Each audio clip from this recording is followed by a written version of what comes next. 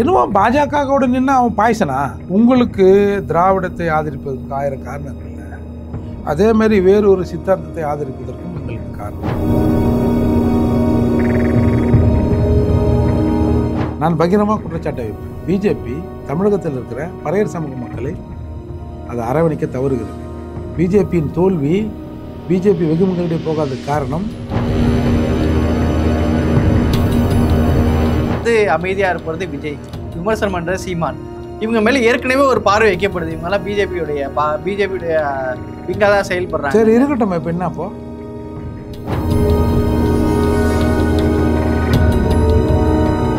நான் வெளிப்படையாக கூட சொல்வேன், நாம் தமிழர், பிஜேபி, அதிமுக எல்லாரும் ஒன்றா நிற்கணும். நமக்கு தேவை, நமக்கு எதிரானது வீழணும், அப்புறம் பார்த்துக்கலாம், இனியான நம்ம பார்த்துக்கலாம் அப்படின்னு நான் சொல்லுவேன். கருணாநிதியை விட ஸ்டாலின் திறமையானவங்க. ஒரு ஓட்டுனால வெற்றி தானே, ஒரு ஓட்டு கூட போட்டாலும் வெற்றி தானே. இல்லை, ஒரு ஓட்டு கூட போட்டால் வெற்றி தான்.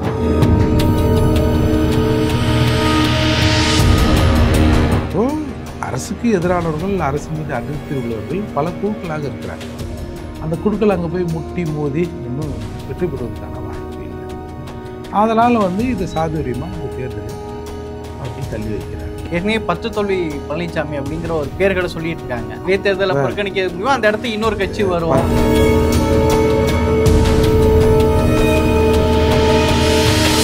ரிஃப்ளெக்ட் வாய்ஸ் நேயர்களுக்கு வணக்கம். இன்றைய நேர்காணல் பகுதியில் நம்மோடு புரட்சி தமிழகம் பறையர் பேரவை கட்சியினுடைய தலைவர் வழக்கறிஞர் ஏர்போர்ட் மூர்த்தி அவர்களை வரவேற்று நிகழ்ச்சிக்குள் செல்வோம். வணக்கம். ஈரோடு இடைத்தேர்தல் ஏற்கனவே EVKS இளங்கோவன் இறந்த நிலையில் இப்போ அறிவிப்பு வந்திருக்கு. இப்போது வழக்கமாக இந்த பகுதிங்கிறது காங்கிரஸ் தான் கடந்த 2 முறை தேர்தலை சந்தித்தாங்க.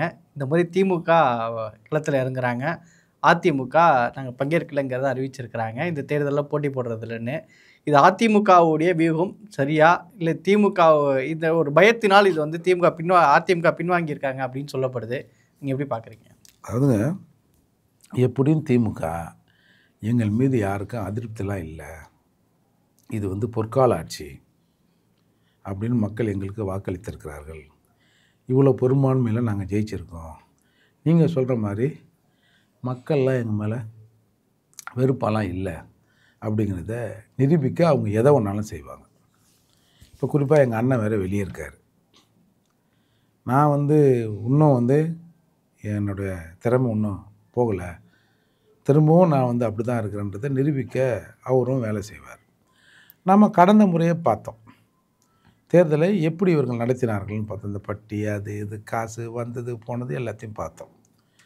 சீமான் மீதும் எதிராக நிற்கிறவர்கள் மீது எப்படி ஒரு அவதூறை கிளப்பி அவங்க ஒரு குறிப்பிட்ட சமூகத்துக்கு எதிராக அதை பேசிட்டார், இதை பேசிட்டார் அப்படி இப்படின்னா அந்த வாக்குகளை வாங்குகிற ஒரு சீப்பான பாலிடிக்ஸையும் அவங்க பண்ணாங்க. அப்போது எதை செஞ்சாவது வெற்றி பெறுவதல்ல, பெரும்பான்மையான வெற்றியை ஈட்டுவது அப்படிங்கிறது திமுகவின் நோக்கம். அந்த நேரத்தில் இன்னும் ஒரு வருஷம் 1.5 வருஷத்தில் தேர்தல் வருதுங்கிறதால தேவையில்லாமல் அதில் போய் நம்முடைய சக்தியை விரயம் பண்ண வேணான்னு நினைக்கிறாங்க. இவங்களால் இப்போது இப்படி சொல்லுவோம், திமுக ஒரு பக்கம் சார், அவங்க கூட்டணி கட்சிகள் நாம் தமிழர், ஏடிஎம்கே, பிஜேபி, மற்ற வந்தவங்க போனவங்க எல்லாம் ஒரு பக்கம் நிற்கிறான்னு வச்சுங்க, இந்த தேர்தல் என்ன ஆகும்? திமுக ஜெயிக்குமா? இப்போது அரசுக்கு எதிரானவர்கள், அரசின் மீது அதிருப்தி உள்ளவர்கள் பல குழுக்களாக இருக்கிறாங்க. அந்த குழுக்கள் அங்கே போய் முட்டி மோதி இன்னும் வெற்றி பெறுவதற்கான வாய்ப்பு இல்லை. அதனால் இது சாதுரியமாக இந்த தேர்தலை அவர்கள் தள்ளி வைக்கிறார்கள். இல்லை, ஏற்கனவே திமுக அதிமுக இந்த இரண்டு முனை தேர்தலாக தான் இதோடைய தேர்தல்கள் நடந்துகிட்டு இருக்கு. ஏற்கனவே 10 தோல்வி பழனிசாமி அப்படிங்கிற ஒரு பேர்களை சொல்லிட்டு இருக்காங்க. இப்போ 2 முனை தேர்தல் அந்த எதிர்கட்சிங்கிற இடத்துலேருந்து வலிமை இழக்குதா அதிமுக அப்படிங்கிற ஒரு பார்வை வைக்கப்படுதில்ல. இடைத்தேர்தலை புறக்கணிக்க முடியும், அந்த இடத்துக்கு இன்னொரு கட்சி வரும். 10 தேர்தல் தோல்வி பழனிசாமிலாம் சொல்லாதீங்க. இவங்க என்ன பிடுங்கினாங்க? கருணாநிதி அவர்கள் 50 வருஷம் சட்டமன்றத்தில் இருந்தாருலாம் சொல்கிறாங்க, 4-5 முறை முதல்வராக இருந்தாருன்னு. அவரால் முதல்வராக சாக முடிந்ததா? இவ்வளோ பெரிய அரசியல், எங்களுக்கெல்லாம் பகுத்தறிவு ஊட்டினீங்க,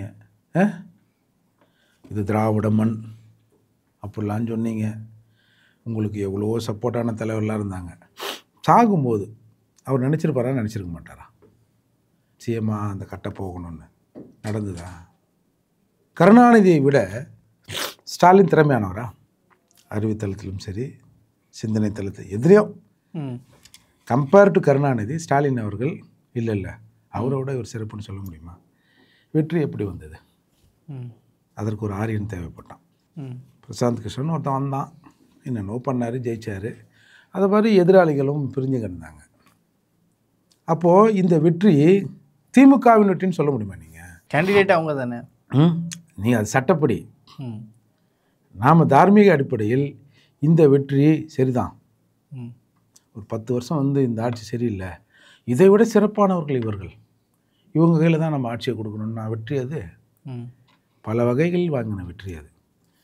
இந்த நாடாளுமன்ற தேர்தலில் இந்த வெற்றி இல்லை 3 வருஷம் சிறப்பான ஆட்சி, அவங்க சொல்கிற மாதிரி பார்ப்போற்றும் ஆட்சி, அதற்கான வெற்றி அது.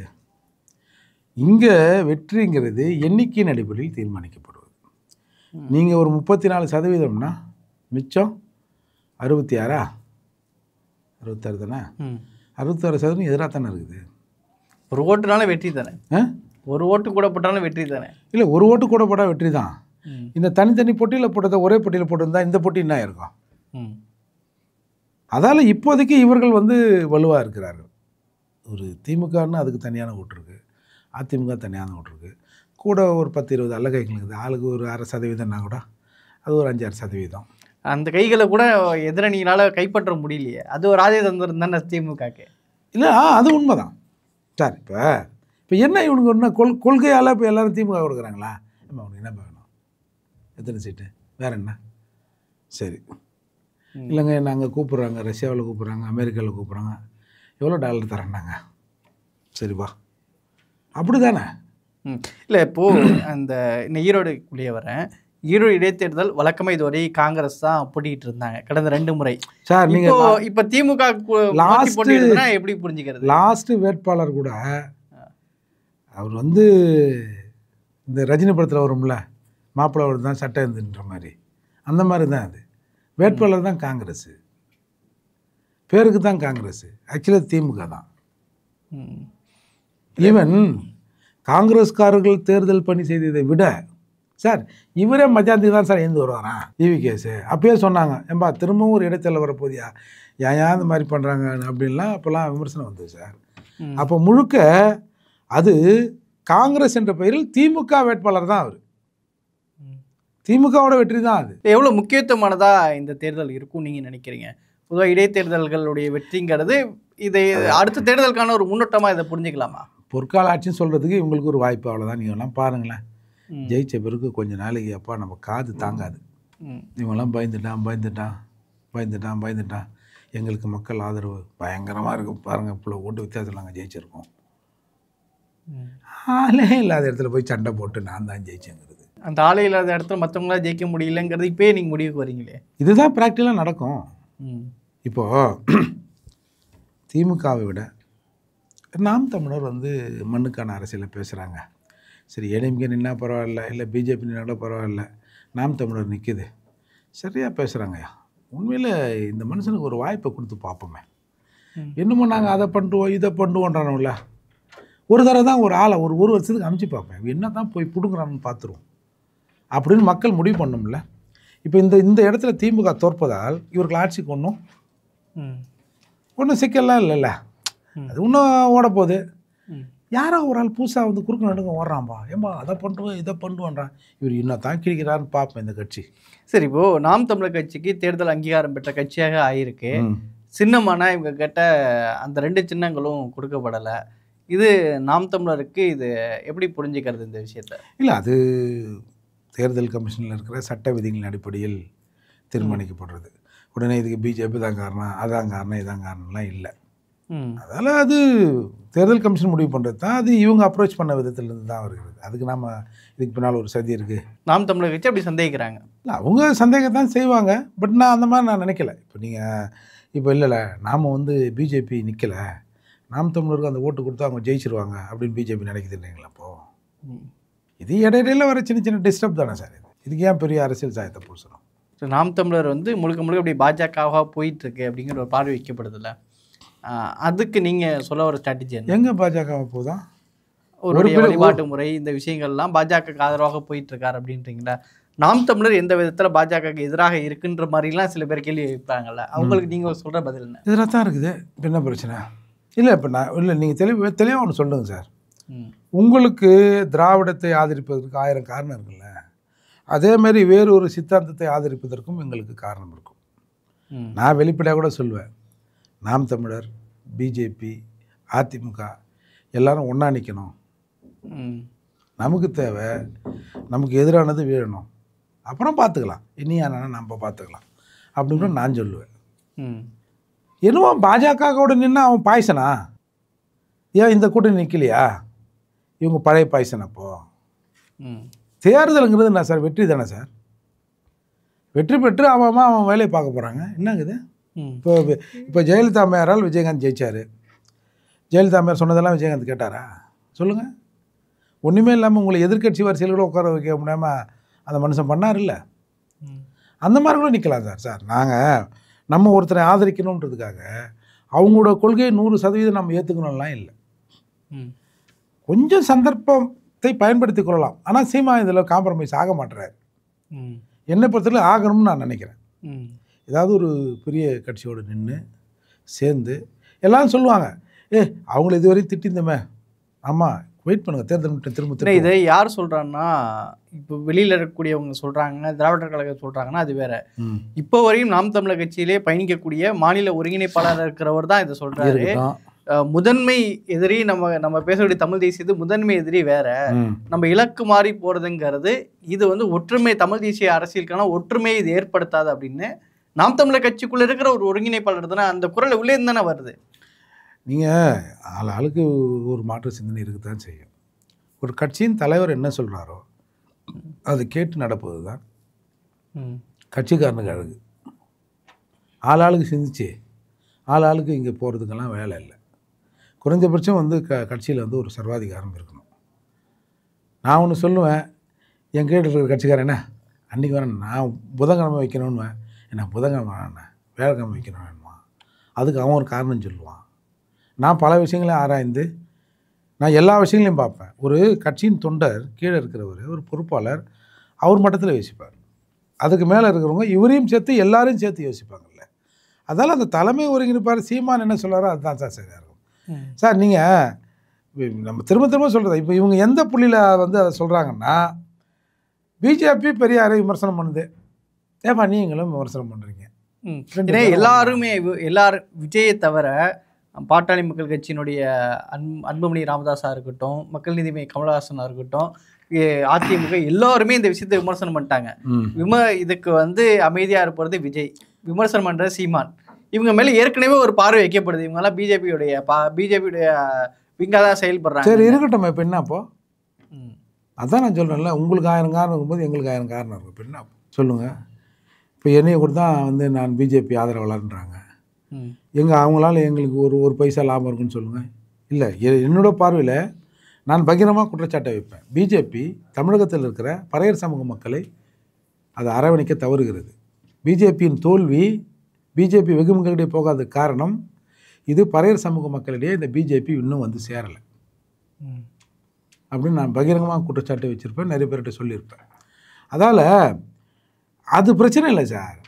எல்லாருமே ஒன்றே தான்னா திமுக மட்டும்தானே சார் இருக்கணும்.